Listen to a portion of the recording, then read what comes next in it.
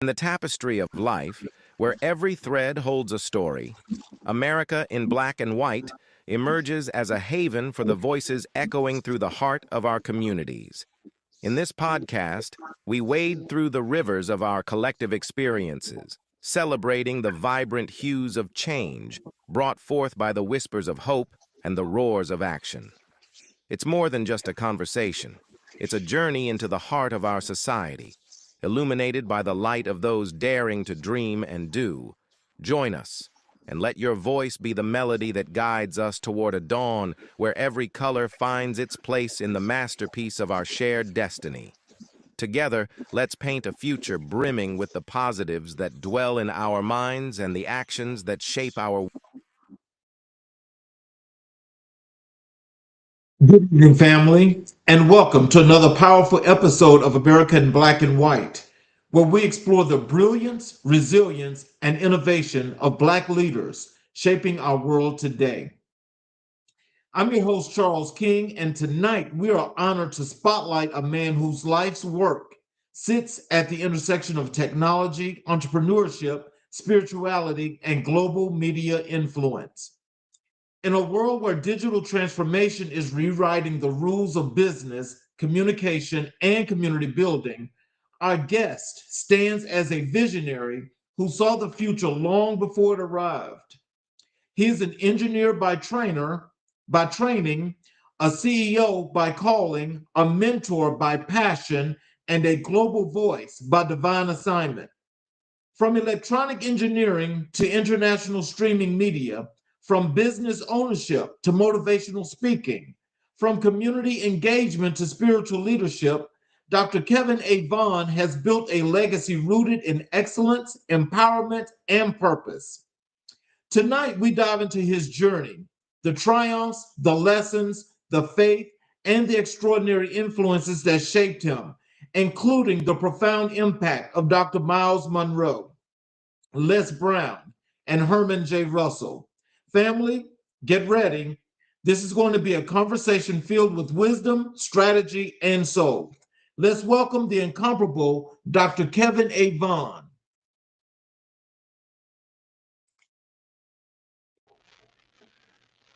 Oh, Hello, Mr. sir. King, how you doing, brother? How you doing? God bless you, man. How's it going today, sir? God bless you. It's going just great. Amen. Glad to have you here. Is there anything you'd like Oh, to say to the what an audience honor to before be we get with you, into the man. show? Absolutely, Huh? Mr. King. I got to do it, man. Welcome to the future, ladies and gentlemen. Welcome to the future. We'll start off with that one Yes, today, Brother King. yes, sir. Um, Dr. Vaughn, take us back. What was your childhood like, and what Yeah. early experiences shaped your curiosity for technology and leadership?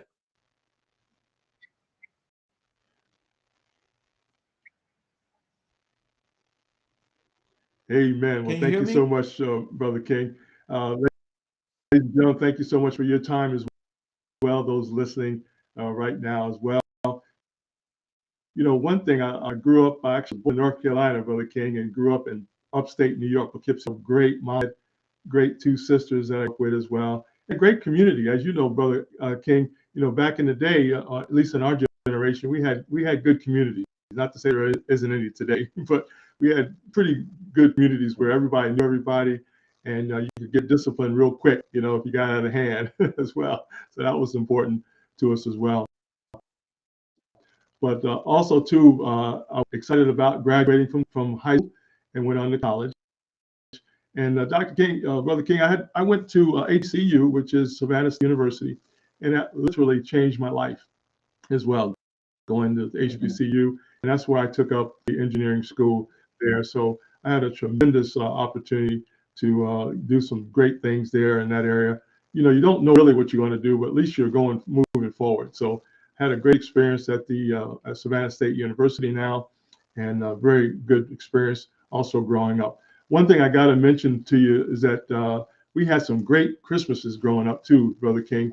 And one of the toys, I should say, one of the things or items that my mom and father gave me was a tape recorder.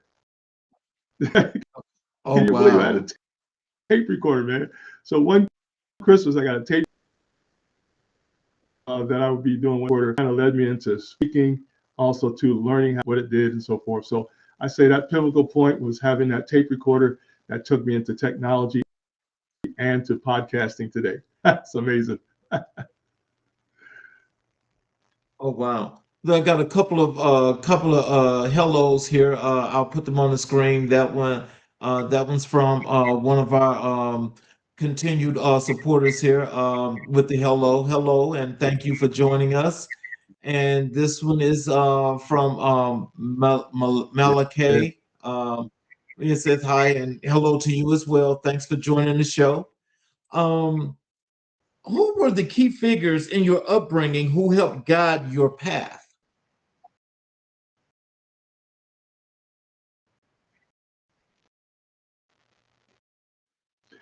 On time, brother, I have to say, my uncle on my dad's side, and matter of fact, uncles on both sides, really, mom and dad's side. But I had a lot of great uncles, and they were entrepreneurs. I didn't know it then, but my grandfather was an entrepreneur. He was a farmer, and then I had some uncles that helped my grandfather. He was a farmer, and then I had my Mhm. uncle. He was in my aunties had stores as well. So it's amazing. I think back that I didn't know at the time, but subconsciously and consciously, it kind of influenced me to get into the business world eventually. But I have to say, all my aunts and uncles, and mainly my aunts, because of their influence as well. But my uncles, man, they were hard workers, and they was always doing something in the business world, man. Didn't know it then, but they were good people that I could model after and actually see what they were doing too as well. Pretty cool. Well, when did you first realize you had a calling beyond a traditional career path? Because as you mentioned, at the era and time in which you and I were growing up, everything was kind of like on that traditional path. Yeah. But it seems like you had a mind far exceeding that.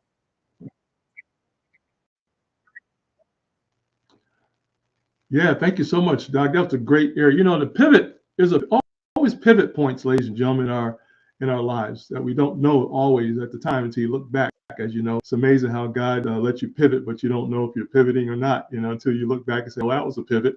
So one of my pivots was really, Brother King, was when the Holy Spirit of God called me. I was in college, man, and the Lord started dealing with my heart and mind, and because my goal was to be a good man. I just wanted to be a good person, you want to do right and make your mom and dad proud and all the above. But I have to give props to God, man. God actually called me into to changing my life. I'll say first, and changing my life, and really be about business as well. So I have to say, experiencing helped me tremendously get on. He knows everything, and he knows exactly what we need to be doing. So why not follow the lead? So, what's the moment you knew engineering was the right direction for you? Yeah, the engineering area. I didn't, when I first got to college, I played basketball. I went on a scholarship, Brother King, to college. So I wasn't really thinking about engineering. I was basketball pretty good, and at least the first year anyway. And the second year, I had to really think about what I wanted to do with my career. But I guess I have to say God had led me in that area because I didn't really know what I wanted to do. So thank God I was able to sign up with or for the engineering school there at Savannah State University and get in that path. So I have to give credit to God in that area. And plus, the goal was to just to do my best. And also, I always liked engineering, I guess, and tinkering with things and learning how things work, fixing things as well. So I have to say, give God his credit that he kind of guided me in an area because I really didn't know. To get into that program there. Someone's electronic engineering, and I'm so glad I did. It changed my entire life, my friend. Changed my entire life. Amazing. Well, can you tell us that when dealing with electronic engineering, I mean, don't that involve like an enormous amount of math and coding that goes along with that?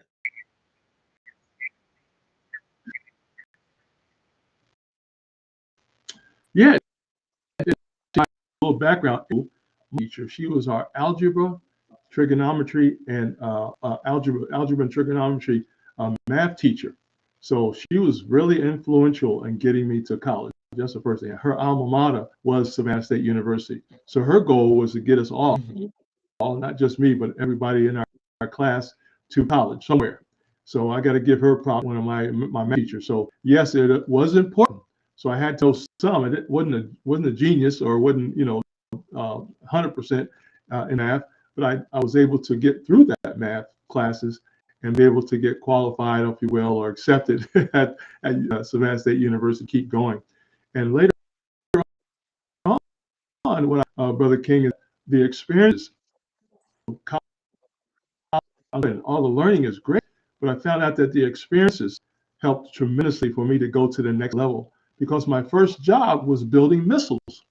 So I was able to get into the missile system business for the Navy and for the Army, and but my training came from those jobs and from those areas as well. So I have to say the experiences, in addition to the college and the high school, really helped move me forward to that.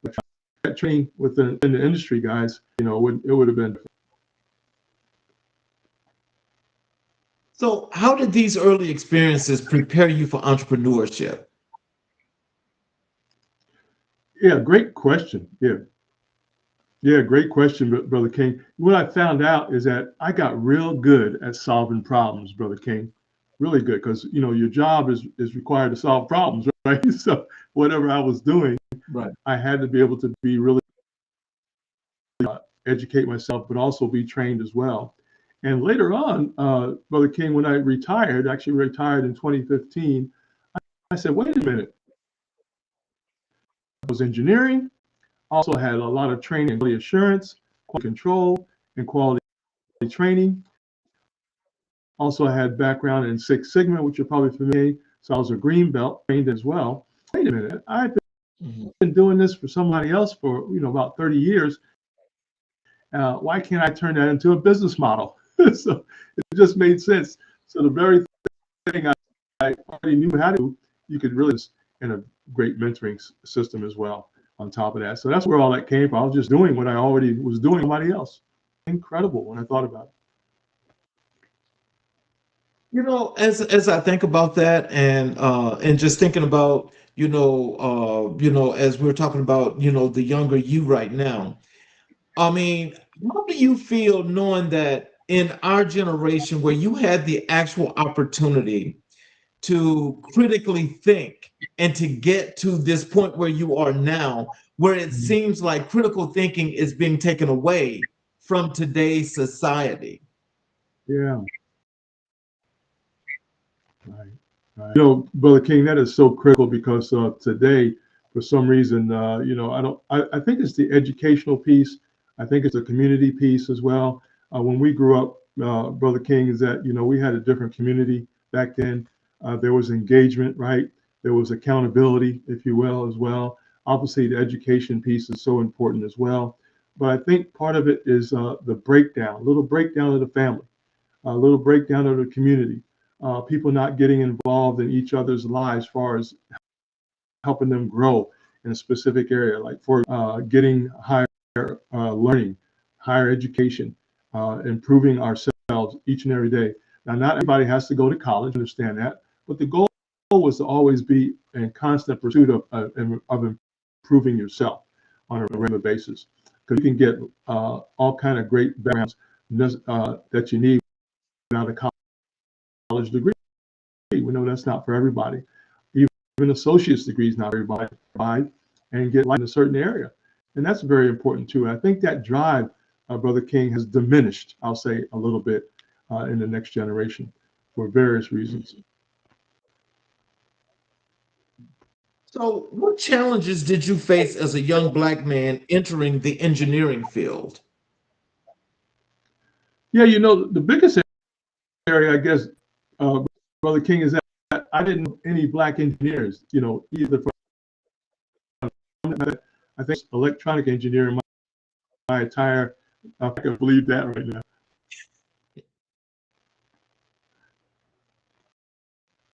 Um, So, And for some reason, that's on my end. yeah. So, what is one defining moment that changed the trajectory of your life? Probably the biggest thing is having a family. Wow, when you get married and have your children, man, that helps you grow up a little bit, a whole lot as well. So when you have an opportunity to take care of a wife and your family up pretty quick, it's to do that, of course. And that was my goal, to have a wonderful family. So I had a beautiful daughter, and now I have three beautiful granddaughters as well with my beautiful wife on top of that. So I think having a family, brother, is really a point, where you really, I think most men have their family as their success as well. So I have to say the family, my friend, without a doubt. Here to say, I have another comment here in the chat where the individual is saying, "How are you?" They're asking the question, "How are you?" Yeah, thank you so much. So, I'm just excited. Yeah. how did your faith influence your personal and professional decisions? One thing with that area, Brother King, is that for me, the goal was to always be improving myself. I used to teach root cause analysis and also continuous improvement. So, but I had to work on me. And so one of the things, Brother King, is I was working on me on a lot. Goal was to improve myself, yeah, both personally and professionally, and even just enjoying life as well. Just enjoy your life and enjoy your family as you grow up as well. But I have to say that part of the life, my life, was to really just improve my, always helping others, always striving to go to the next level. Because as you know, the world is not going to wait for you, man. Now, as we speak, business is moving at the speed of sound right now as we speak. So we're kind of excited about that. So I have to say, Yeah. just continuously learning and keeping that mindset in the right area. And the goal was to be the best person I could be. So, did you have to make any sacrifices to get to your vision?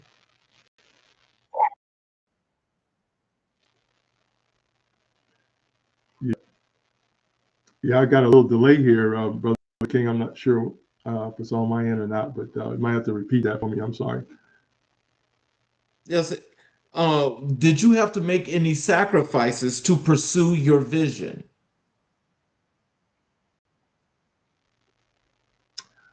Yeah, I'm not sure if I had any sacrifices per se, other than to be, we always hear Shakespeare saying, "Be true to thy own self," and the goal was to always be uh, perfect.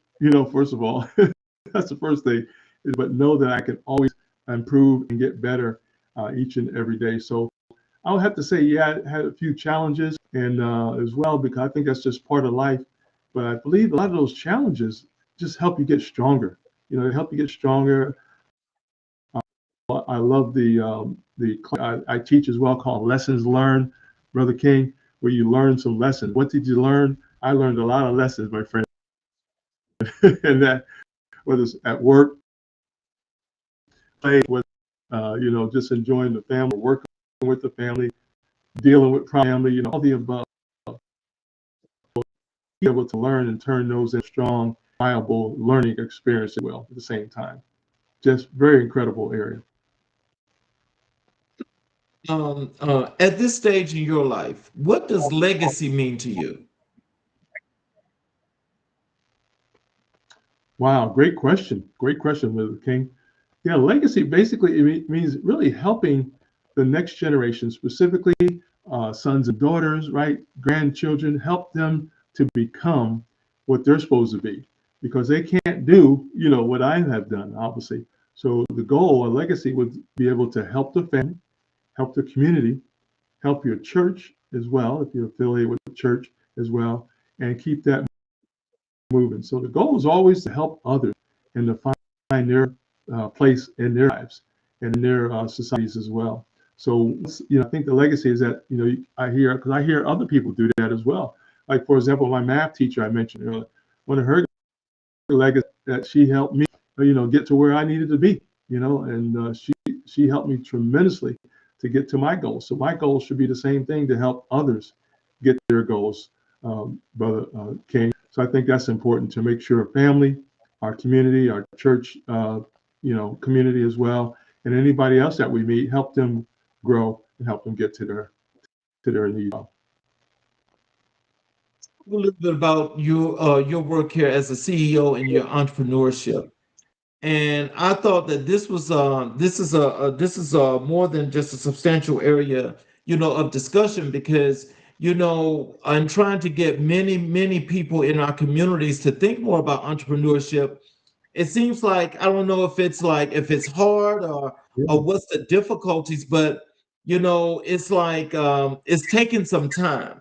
So can you tell us what inspired you to create the MLT Network LLC?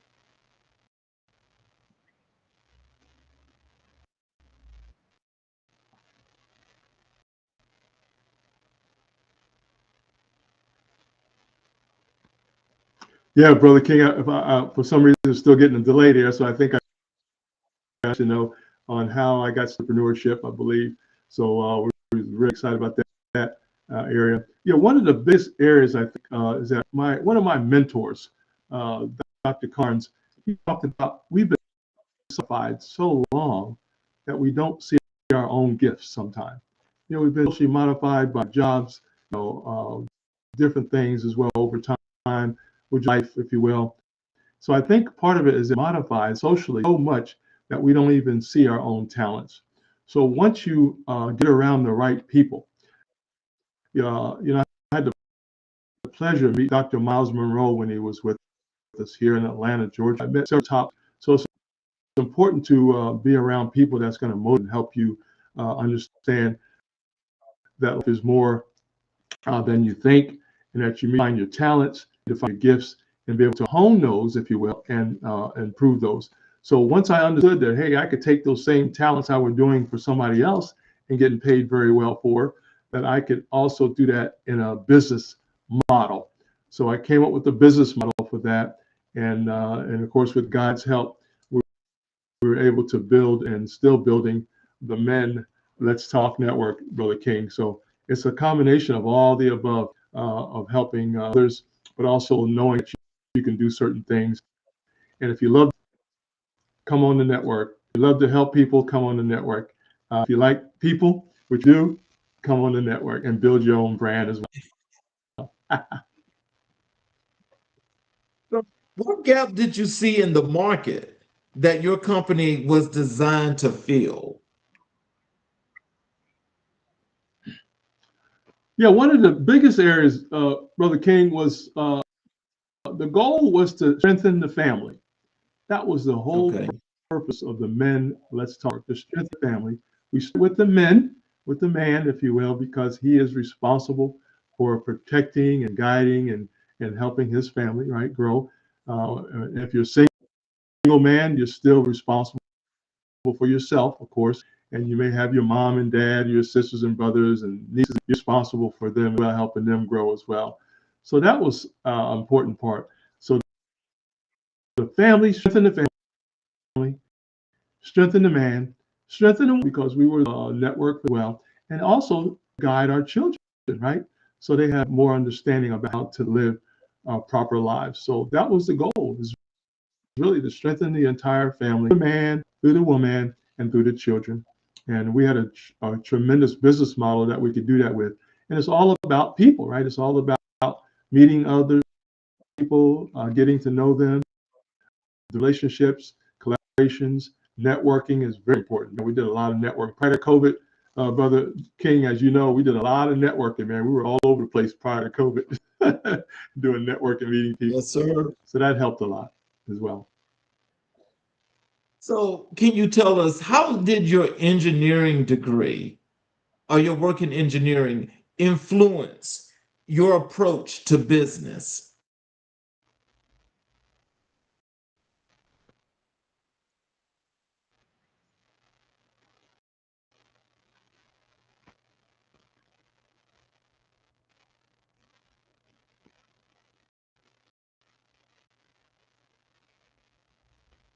Hey, Brother King, I'm apologize. I don't know if it's on my side or not, but I'm getting a little delay on my end. Okay. How did your engineering background influence your approach to business? Oh, thank you so much for that question. Great question there as well. You know, one of the biggest areas I got really good at, because you want to keep your job, right? You had to get really good at solving problems. And as we know, Brother King, there's a lot of people solve their problems. Two of my biggest areas is I love to teach and learn on is planning, right? Planning. It Mhm, takes a lot to have it. Also, too, you have strategy. Also, too, think we got to use this wonderful mind of ours, right? As well.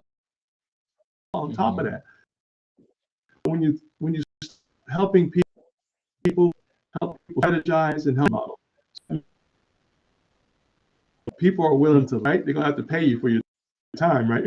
So it's not free. So you want to make sure they can pay you oh, for your yes. time. But I turned that, Brother King, into a consulting service where we now do deep dive uh, networking, we do deep dive consulting, deep dive planning, if you will, for their particular area, whether they're an entrepreneur, whether they're starting business for the first time, whether they have an existing business. We just do a great planning program for them to get them to the next level and to help them grow to the areas they want to learn about and be about. So that was the biggest area right there, is the planning side of it. Mm. So, what are the biggest obstacles you face launching your company? You know, I guess the biggest part of that was finding the target market, finding the market, Mm, because you can't be everywhere, right? So the goal, right. Mr. King, was to find that really needed that help. And that diving into the social media now, as you know. Matter of fact, as we speak, there's 74% of the planet is on the internet right now. 74%, Dr. King, is on the internet right now. So therefore, I had to learn, what's that mean? If everybody's online, what do I have to do? You have to set up your online systems, right? You have to do all of that. So one of the challenges was to try to find that target market and to understand what their needs was and develop some type of system, if you will, where you find out what their needs were. One of my favorite quotes, Mr. King, is find the need and fill it. So once I found the need for the client or for the potential client and customer out there, you were able to fill it by providing key services and key areas of interest. And we mainly targeted people who are in business. They're perfect. They could be doctors, lawyers, dentists. It doesn't matter. Nurses. We work with nurses, entrepreneurs, people who are authors. Brother King, like yourself, we authors. Anybody who's writing a script, maybe a movie. We just help anybody who's willing to take on the service that we have provided for them as well. Pretty cool. Pretty cool. Wow. So, for those young aspiring entrepreneurs that are watching today, what is some advice you can give them when it comes to Yeah. starting that business or start going into marketing to market that business? What's some advice that you could give them? Oh, great question, Brother King. Thank you so much for that one. You know, the biggest one I always tell my young people, even when I see them working around our city here as well, is, do you have any mentors? Do they have mentors, Brother King? They need a mentor or two. They need more than one, at least three mentors in their life. So I always try to find out. Someone would say, hey, I want to be a nurse. I want to be a doctor, or I want to start my own business. But do you have mentors? So that's the first thing. Second thing is ask a lot of questions, right, about what they want to do. So get with your mentors, find out who is doing what you want to do. For example, if you're a doctor or want to be a surgeon, go find a surgeon that will mentor you. Right? Somebody who's already certified, qualified, engineering, thing there. Any area, to be a nurse, right? Find nurses, find the top nurses in your city and say, can you be a farmer? You don't want to be a hat maker. You want to be a designer. Okay, find somebody who is really good at that. Ask them, can you mentor me? And that, I think those are the two areas: mentorship and ask very successful and stay motivated and stay in tune with what's going on in your industry as well. As you know, industry changing as we see Yeah. as well. Define how do you define effective leadership in today's digital world?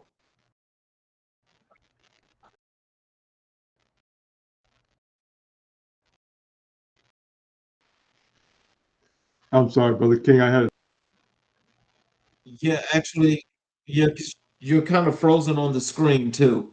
Um, how do you define effective leadership in today's digital world? oh, great question here on that area. Today, you have to be able to show a little bit about where you're at in the digital world today. That, for example, we all have to be on social media, without a doubt. A good friend of mine, I took a class a year ago, Brother King, with a brother out of Texas, and you have to be online. But he said you have to get the attention of the internet. You have to get the attention of the internet today. How do you do that? You have to be on the platforms that get the attention. And of course, everybody can get online and that, or can contact either one of us, and we'll help you with that as well. But social media, and at least I would say at least 5 to 6 platforms, major platforms, you should be on today to get the attention of the internet. The next thing, you have to have a marketing and branding system right in place, that where you can offer products, goods, and services. Right, you got to have that as well. So you got to have all that in place, set up properly, so people can contact you for more information. And then you got to find your niche area, right? We talked about that earlier, your specific target market, if you will, and also not be everywhere. Sometimes you get to do too many things. We are some brilliant people, I can tell you that, but I can't do 15 things right at one time. So you want to do the best. You want to pick your best market, your best products and services, and basically stick to that one area. So whatever you're doing, get really good at that particular area. So I think focus is very important. Being focused and focus some more. So when we think about though the digital era in itself, I mean, it kind of seems like it's more so like, Yeah, everything is like on that virtual basis. So in being on that virtual basis, I think it kind of makes it a little bit difficult, I guess, to kind of like manipulate, I shouldn't say manipulate, but find your way through the digital space. What are some of the things that you can pinpoint that are key yeah. areas when it comes to the digital space? How do you actually put that thumbprint there? Oh, that's a great question here. You know that whole system, if you will, Brother King, is like a map. We have to study that. We have to understand the locations of the digital world.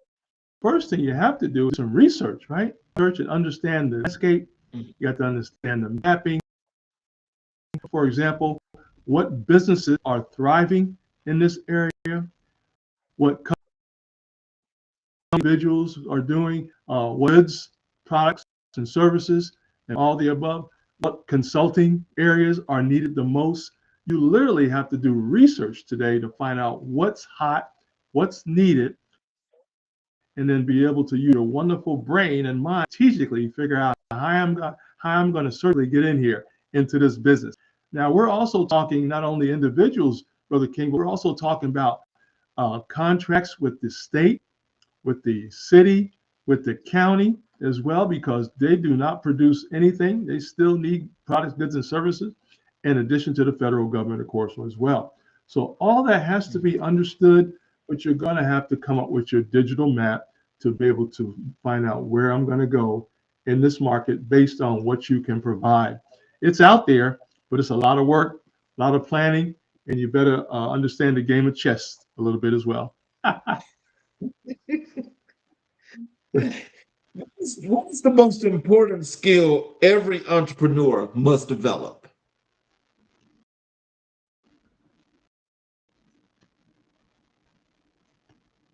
Yes, sir.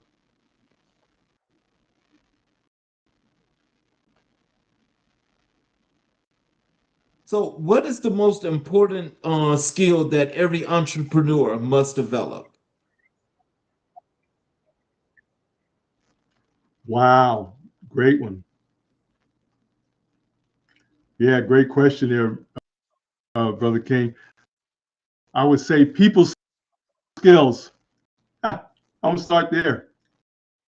One of my greatest books, People, Brother King. That book literally Mhm. changed in addition to skills as well.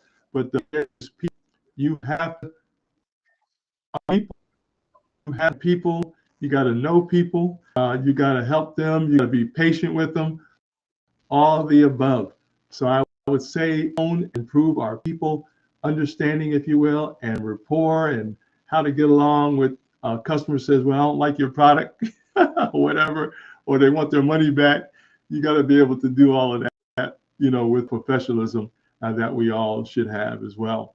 So I would say the people skills part, just getting to know how people react, how people respond, how people talk and walk and look and things like that. So I think over time you learn that, but we still have to be present to understanding how people move across this wonderful world.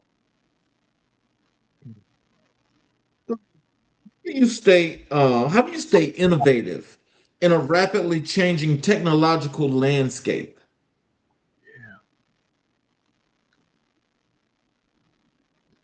Yeah, another great question. One thing I always tell people, first of all, we have such creative minds, right? Always, all of us have creative minds. We were born to create, as you know, Brother King. We were born to create. And so that means we should always be thinking about how can I do this better? How can I make this better? Good. How can I make a better phone one day? I'm sure a smartphone, right? Make a better car. Time, right? We see the electric car now, and who knows what's going to happen 50 years from now, right? So always be thinking on how I can improve what you like to do. And another area, King, is find out what do you like. What are some of your Right. talents, right? You could be an artist, right? You could be an Mhm. actor. It could be from A to Z, really. There's no limit, really. So you just have to find out what you like to do the best and then get really good, really good, and master your craft, if you will. Master your craft. And believe me, you'll find a niche in there. And in some cases, you'll probably create a niche. You may be creating a brand new brand, a new product. You could be an invention, right? A new invention of the entire world. So continue to always create by asking the question, how can this be done better? And then make it happen. So, what advice would you give to first generational entrepreneurs?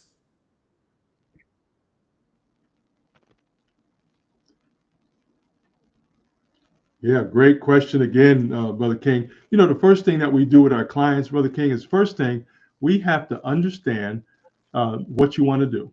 So I encourage everybody to have an executive business summary. That's the first thing they should create, an executive Mhm. business summary, Brother King. Know what they want to do because people are so creative. They've got a lot of ideas, but unless it's on paper, it doesn't really mean too much, right? You can walk into a bank, say, I need 50,000, 100,000. They're going to say, okay, where's the paperwork? Tell us what you're going to be doing. Don't that. It's going to be very difficult. So I would say the executive summary plan would be first. You got to hone in on that, make sure that's done correctly. Get with people like ourselves, Brother King and myself, to understand what you're doing as well. And then the second part would be a business plan, is really understand what your business plan has to have and where your business is going. And then we basically consult with, uh, let's talk about it, okay, and see where you're going. All is to help you be successful. So two things, Brother Ken, plan, which normally come to two, maybe three attacks, and then be able to help them get their business plan in place. No doubt about it. Got to have it. You got to have it on paper. Got to have it on paper. When you just mentioned the executive business summary, that kind of like just that jumped out to me because I think a lot of times when people Yeah. do a business plan, some people put the business summary, put an executive summary in the business plan. Can you tell us what's the importance Hmm. of that executive business summary? Yeah, great question.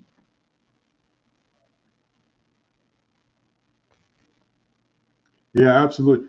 You life is really like a map. I mean, you got to have a map, right, to where you want to go. Most people understand that as well. So really, the executive summary is really a map because you can business owner already, or people like yourself, Brother King, and myself as well. We can't read your mind. We don't know where you want to go. We don't know your goals. We don't know your background. We don't know how you can qualify to start the business, the things you think. So the summary is like that. Need to know where you're going, and especially if you're going to need capital, right? You know about that, Brother King. If we need capital, we also got to be able to show that to the people we're going after money for, whether it's a grant, whether it's a loan, whether somebody, even family members may give you money, you still got to show them something, right? You know what you're going to do with that money. So that plan is like a map to let you have a plan, you know what direction you're going. You're going to go south here, you're going to go north here, you're going to go east here, and there's no confusion on what you want to do. So the executive summary is just a really great map to let people know that you're serious about your business. So, how do you balance creativity with business structure?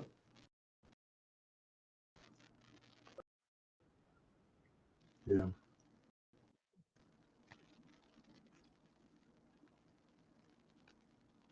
So, how do you balance And Brother King, for some reason, I got create it. balance Yeah. creativity? Yep. How do you balance creativity with business structure? Ah, great area.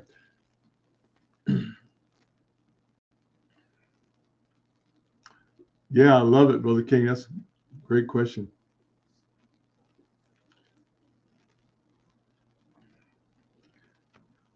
And Brother King, I'm getting a little delay. I do apologize again for that. If you would repeat that question, I got part of it, of course, earlier.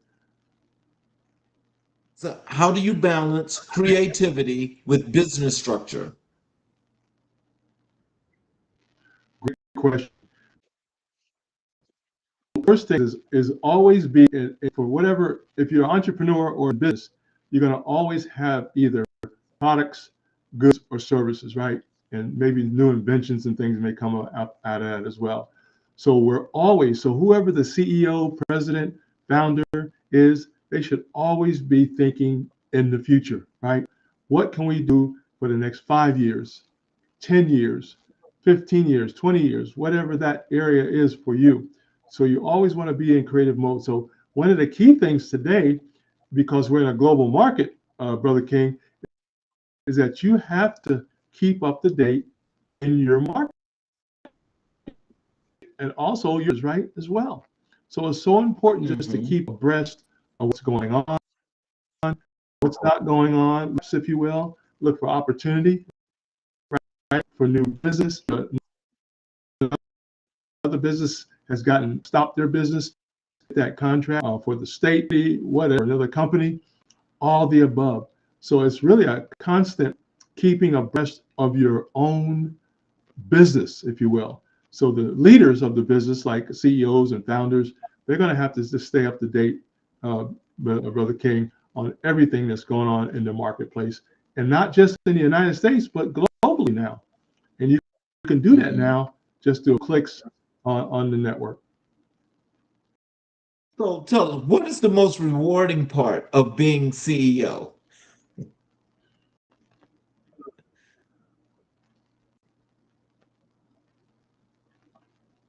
Yeah, I'm sorry, Brother King, I had a little delay there again. What's the most rewarding part of being CEO? Oh, thank you so much for that. Yeah, probably the best part is seeing your clients get to their goals, to see other people reaching their goals. That's one of my areas, is to help people to get to their vision, to their goals that God has given them. So once I find out what God has given you, or you know that what you're doing, our goal is to help seeing people get to their vision, get to their goal, their their opportunities if they want to do that, whatever they want to do. Once we see them there, we're very excited about that. And they kind of just take over and they can go step by step. They can keep growing and growing. So seeing our clients grow and getting to their goals, that's the greatest. That's the greatest reward, my friend. So let's talk a little bit about technology and digital transformation. How has technology changed the way we communicate and build community?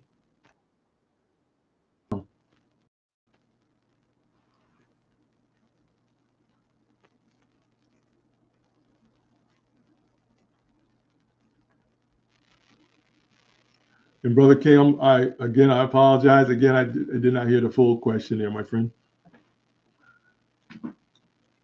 Technology changed the way we communicate and build community. Yeah. I think today, if I understand the question correctly here, the is education. We be continuously learning. Now, as you know, our schools are not helping us a lot these days, as you know, Brother King. So we have to be able to the home. I'll have to say we start with the home, mom and dad, mommy and uncle and auntie, sometimes grandma and grandpa, right? Able to be learning all the time. And how do we do that? One way, first of all, is through books. I know you're an avid reader as well, Brother King. So we want to encourage people to read, right? Read on stuff. Read everything you can. Enjoy your life. The second thing is be exposed to new things. For example, robots, right? Go to a robotic factory. Go to see where AI is used 100. I think, and my other favorite word, Brother King, is exposure. Getting exposure to technologies, exposure to education, educating yourself, right? New ways of the digital era, if you will, on learning right there, out there through private, through uh, got schools, of course, we got higher learning, public schools. They're doing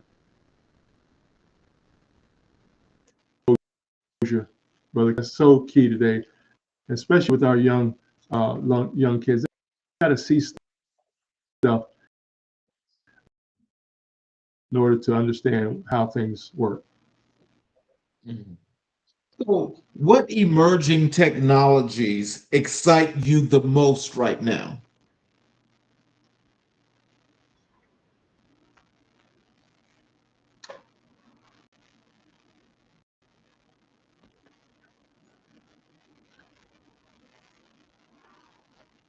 Yeah, I just got Brother Ken just got a text there that see my mic is cutting in and out. I'm not sure why that would be here. But let me see if I can fix that maybe. And if you would repeat that, Brother King, it'd be great. What emerging technologies excite you the most right now? Probably the best one right now would be the education where there's no excuse for learning today. So whatever people want to learn today, Brother King, they can learn it. It could be from A to Z. I don't care if you want to learn how bricks are made, how houses are made, right? How to design a blueprint. If you want to create a hotel, you can do that, right? How to build a rocket, right? That you may want to take in the future. How electric cars. So I think that's the biggest part of this learning piece, where there's no excuse for learning. It just appears that people are not taking advantage of the internet. They're not taking advantage of learning how to do some things. And I think that's going to be key today, is helping people understand they can learn everything from the comfort of their home. I think, Brother King, that key part is that continuous learning mode. Take 5, 10 minutes a day. It don't take much, but topic, learn it. New language, new ideas, new information, whatever you need to know. I think that's the key today. We always got to be uh, feeding this wonderful mind. This is one of the best computers on the planet, as you know, is our mind. As you think of that, because I think that is so true as you point that out. But Yes, sir. what do you recommend for those people that, where there's the pros and the cons when it comes to the artificial intelligence? Because it seems like Yeah. that is taking a front seat to basically everything, but I don't think people are using it properly. No. Yeah. Right.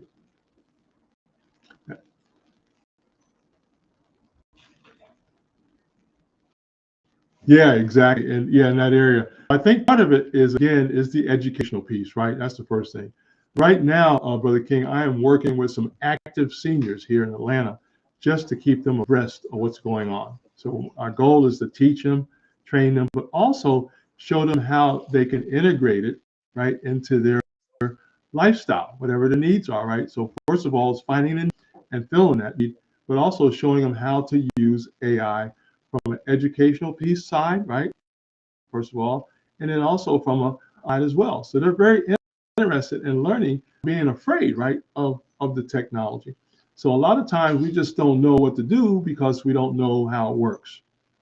We don't know, Mhm. nobody's teaching us, right, how to do that. So we have to be able to share that information with individuals so we can, what we call application training. So application training, Brother King, where we help people apply the technology to the application that they need. And that takes time because it takes time to train them, it takes time to be with them. And this should be live. And a lot of times it should be live and in a where they can ask questions, you can really get to know what some of their needs are.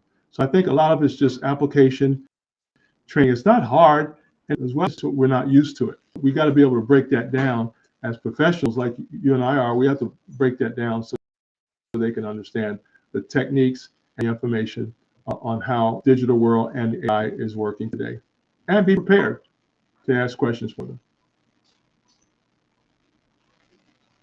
So, can Black communities better position themselves in the tech economy? Yeah,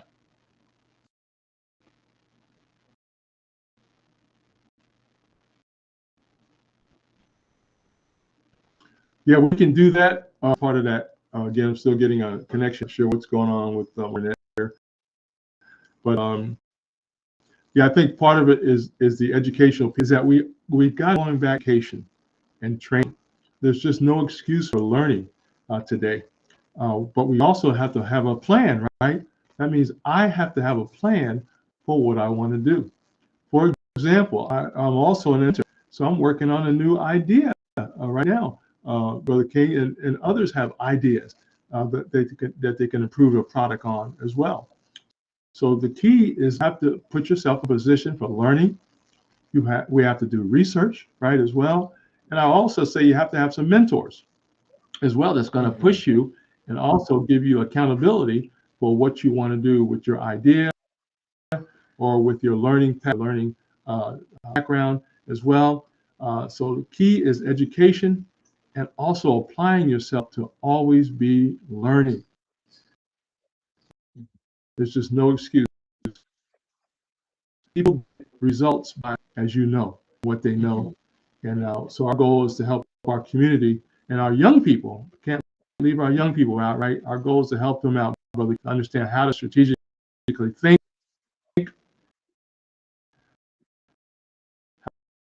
how to plan well, and how to understand the marketplace around the globe. But as we think about our community already, and this is just like the factual. This is a factual basis. With Yeah. already starting from behind and trying to catch up, and and with this being the finish line, but you get this close to the finish line, but you still haven't finished. What is that little small gap there that's in between?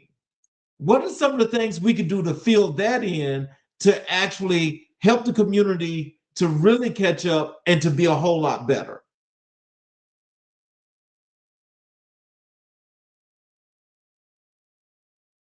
You know, we have to work through this collaboration, right? We have to be able to work with other people, right? Other people, other organizations that we have similar interests in. And there's hundreds, thousands of different organizations and people like yourselves who are professionals. So we got to be able to work with them, collaborate, right? Have meetings periodically and talk about where we're going, what's going on, how can I help you, how can you help us in this particular area? Because one organization is not going to be able to do everything, right? So one of the things we have to be able to work together as a community, right? That's the first thing. Second thing, you got to get the right people, right? We're talking about right professionals. So you may have to do some interviews because even if you're going to collaborate, you got to know, is it a good fit? It's called synergy. So when we have that synergy within individuals, with individuals or companies or organizations, we work well together. And then you have a plan, right? Dr. King, we got to have a plan as well, man. We got to be able to put a plan together. Who's going to do this? Who's going to do what? We get this big old contract happen with money. We're going to ship around the world. All that's got to be considered part of the plan, and that's where the all the business has just been discussed well in that area. So, and also working with the right team, if you will. So, what misconceptions do people have about technology and entrepreneurship?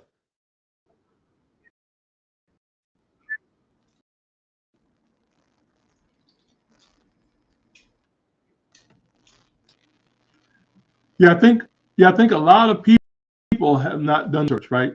Now, one thing I had to do, I have to talk about what I had to do.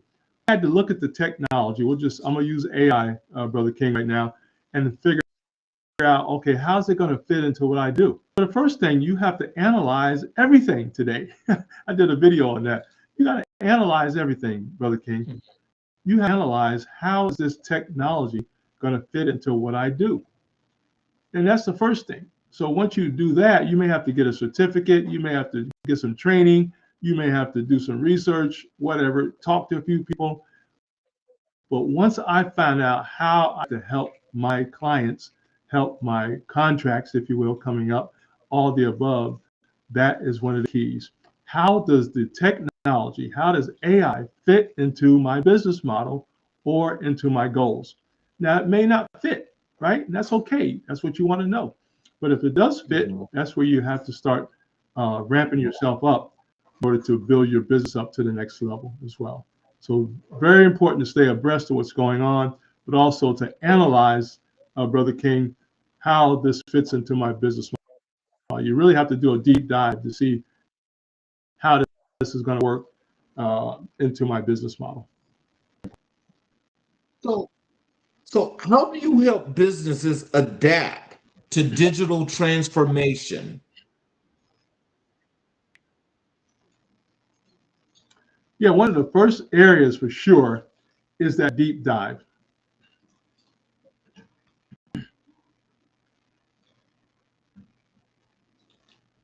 You said deep Yeah, I'm sorry, dive. Brother King, I had an interruption there.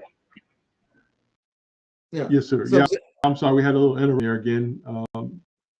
If you would repeat that, I appreciate that. you businesses adapt to digital transformation.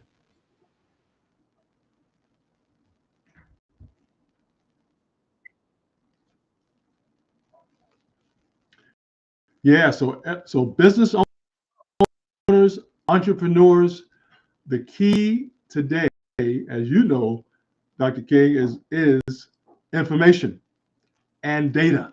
Today, we have to get really good at reviewing data, getting the right information as it relates to our business right model as well, and be able to understand there's got to be a way to grow this business to the next level.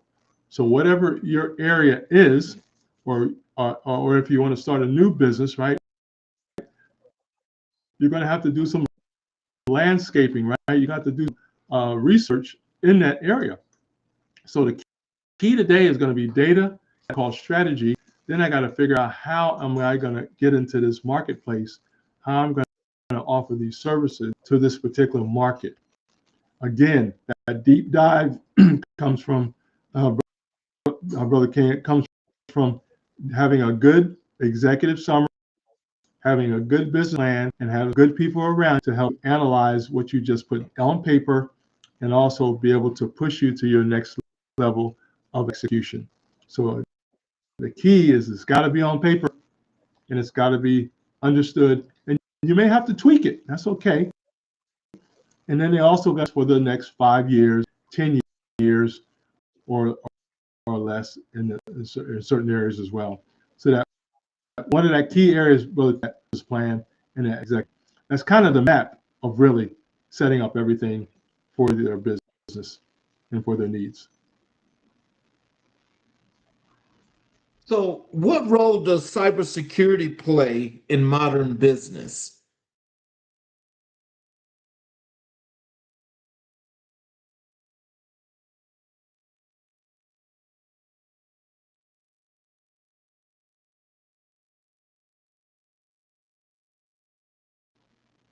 Yeah, great question as well. Matter of fact, I was just getting ready to next week. Is it next week? Yeah, next week I'll be talking to the seniors again, and that's one of our questions is on security. And Brother King, if you would repeat that one more time, I appreciate it. The question was, what role does cybersecurity play in modern business? Yeah, that is a key area, as you know, because everybody is pretty much 74% of the planet is on the internet. And guess what? I don't know who's out there. We don't know what's going on necessarily, specifically as it relates to your important data, right, from your business. So that area also has to be consulted, and you have to do your research. You have to do your homework. For example, your banking, right? For example, so all that has to be understood areas of business. So it's going to be very important that we understand what companies can protect, what companies are the best in their area. You're going to have to do your own research in that area as well to make sure that you're protected. Your whole company is on the internet in most cases, and it could be jeopardized if you don't know what's going on. So it's going to be very important for the CEO and the owner, if you will, to know how that side of the business works. We're talking about cybersecurity. We're talking about protecting your data, but not only your data, but also the data of our customers as well. And as you know, Brother King, I could do, right, real easily if that is breached in the wrong area, and for my contract as well. So all that's very detailed, very important. But again, as you do that company, if you're big enough, your larger businesses will have a security person that will handle that for you. But for our regular entrepreneurs and for our smaller companies, you're going to have to get really efficient in that area as well. And it'll help in that area. So when we discussed, prior to your coming on the show, and I told you we do Black History 365, and I asked you who were the most influential persons in your life and career, you told me it was Miles Monroe, Les Brown, and Herman Russell. Yeah. Can you tell us why is Black history essential to your identity and mission?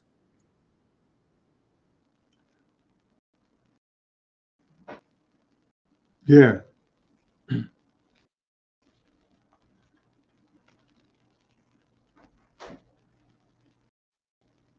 So can you tell us why is Yeah, great Black History? question, Brother King. I think the big one, I, see, I had to learn, and I think as a black man, we have to see success. We have to see it. We got to touch it. We want to hear it as well. And so I had the honor all three of those gentlemen in the past, past 10 years or more in the metro Atlanta area. They were here for conferences, for meetings, and so forth as well. I just happened to just had the right place to meet these guys.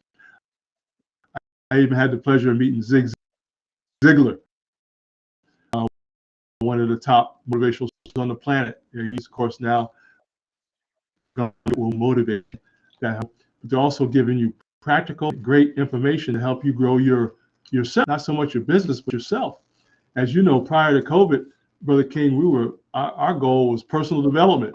I wanted to just get better. I didn't know what I was getting better at. We just wanted to get our personal development up. So they helped me tremendously on personal development and finding my brand, finding my niche market. So, but I was able to touch these men and also I also believe their stories, if you will, and believe their teaching as it related to success and entrepreneurship and mindset. Very important too as well. But seeing these people and understanding and reading their books as well on top of that, and then putting that information through their books and through their words into action that I could take as well. That helped tremendously, Brother King. How did Dr. Miles Monroe influence your spiritual and leadership philosophy?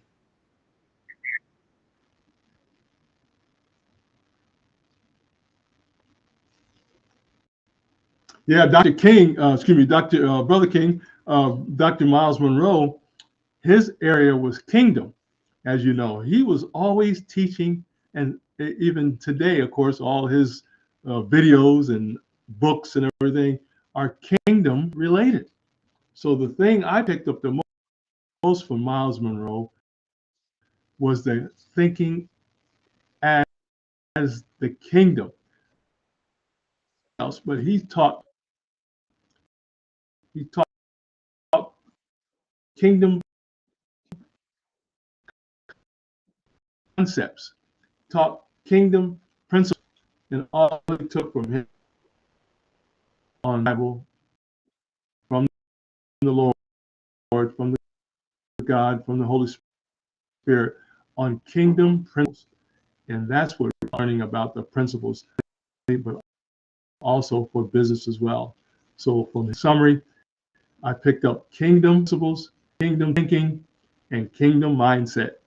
Incredible. And I still listen to him today through all his videos and books that I have purchased over the years. So, how did Les Brown shape your voice as a motivational speaker?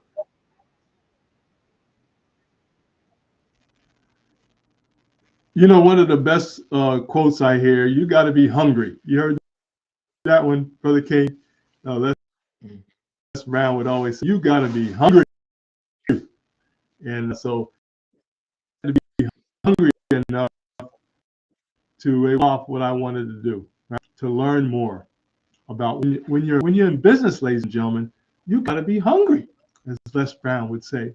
You got to really want it, but that means you got to learn your skill.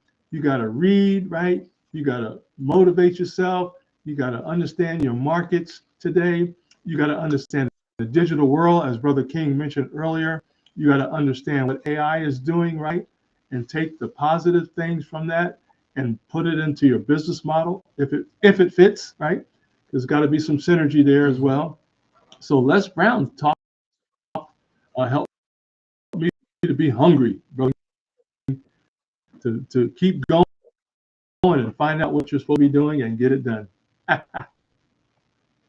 So, what is the greatest lesson you learned from Les?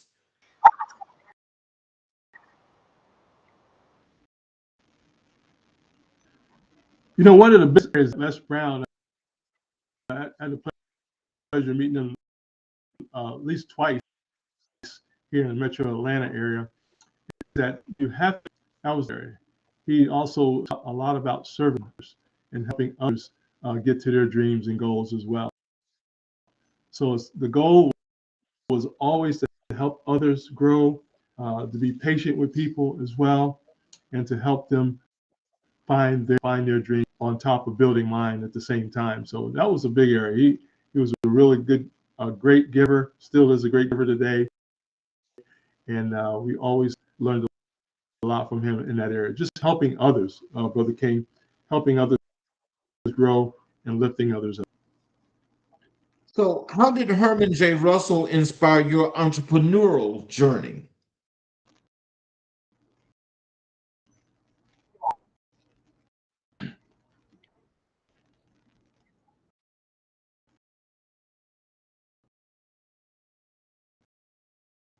Did you get that? Can you hear me? Yeah, I had the pleasure of meeting him and today. Yeah, there was a little delay again, Brother Russell. I'm sorry, brother. Excuse me. Was a little delay there, but yeah, I had the pleasure of meeting Herman Russell a while back. Now that his family has taken over the business, now he has passed. But the point is that he was one of the top construction owners in Metro Atlanta and actually in the state of Georgia. So he built a lot of, as a black construction owner, he built a lot of buildings, a lot of construction, a lot of part of the city, if you will, of Atlanta here in Metro Atlanta area. He's also responsible for the drone. He was, I'm not sure what percentage he built, but he was responsible for building the Georgia Dome here in Atlanta, and also part of the new stadium. I don't know if you've seen that or not, Brother King. The new Mercedes-Benz, I believe his company was also responsible for building that as well. So just the fact that he was a black man in construction, doing what he did and honing his skills. And then he had other black men and women in the same field. That was very inspiring and very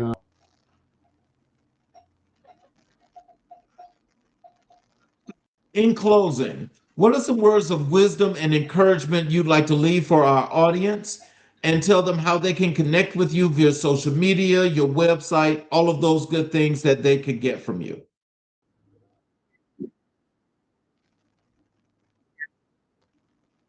Yeah, thank you so much, Brother King. Ladies and gentlemen, first of all, thank you so much for your time as well. And on this wonderful network, we thank Brother Charles Z. King for being on the network with him. What a much. And I do apologize for the technology going on that, but it's all good. We thank God for you. Ladies and gentlemen, I want to encourage everybody, Brother King, also if those who want to come on the network, and we do a 15-minute and a 30-minute no cost on and share what you do. As business, if you're an author, right, you're an inventor, anything you like to do, you can come on a network as well to promote what you do. So we promote. The second thing, go to the MLT Networks, mltnetworks.net. That's the website. MLT is the website. Also, to the email is menletstalk@gmail.com. menletstalk@gmail.com. And right now we do have, if you go to the website, they'll give you all the social media locations as well. But we're on LinkedIn, ladies and gentlemen, under MLT Networks or Kevin Vaughan. You can also go to our Facebook page under type in come up as well. We're on also King. TikTok is us as well. So we're on TikTok. We're on Alignable and all the major X as well, of course. On times would be under Kevin and our Facebook page as well. And of course, we do have a YouTube channel. You can access that through our network. Just type in MLT Network for YouTube channel. That'll give you all the information there as well. Matter of fact, Brother King, we're over 800. Our goal is to get to 1,000 videos by the end of the year. So right now, 800 videos this year so far. So I'm excited about that. Oh man, congratulations to you on that. Well, thank you. That's a milestone. And so Yes, it is. what I Yeah, I'm want to excited, man. do is so in closing, I want to say for all of you that are watching, for those of you that have not yet subscribed to our YouTube channels, I would appreciate it if you would support us by subscribing to the YouTube channel as well as enabling all notifications. Therefore, you will be able to get the shows live as well when they come out. And you'll also be able to go back and watch all of our previous recorded videos, with all of the great professionals that have been here that are contributing to the growth of our communities around this country. So, in closing, I want to say, Dr. Vaughan, tonight you reminded us that leadership is not a title, it's a calling. You showed us that technology is not just about devices, but about connection. You demonstrated that entrepreneurship is not simply about profit, but about purpose. And you affirmed that spirituality is not separate from success, it is the foundation of it. Your journey reflects the brilliance of our ancestors, the resilience of our community, and the limitless potential of Black excellence. As we close tonight's episode, we honor your commitment to empowering others, your dedication to innovation, and your unwavering belief that greatness is within reach for all who dare to pursue it. Family, continue to walk in purpose, continue to build, continue to rise. This has been America in Black and White. I'm Charles King. Stay inspired, stay empowered, and stay connected. You all have a great evening, and we will see you all tomorrow for another great show.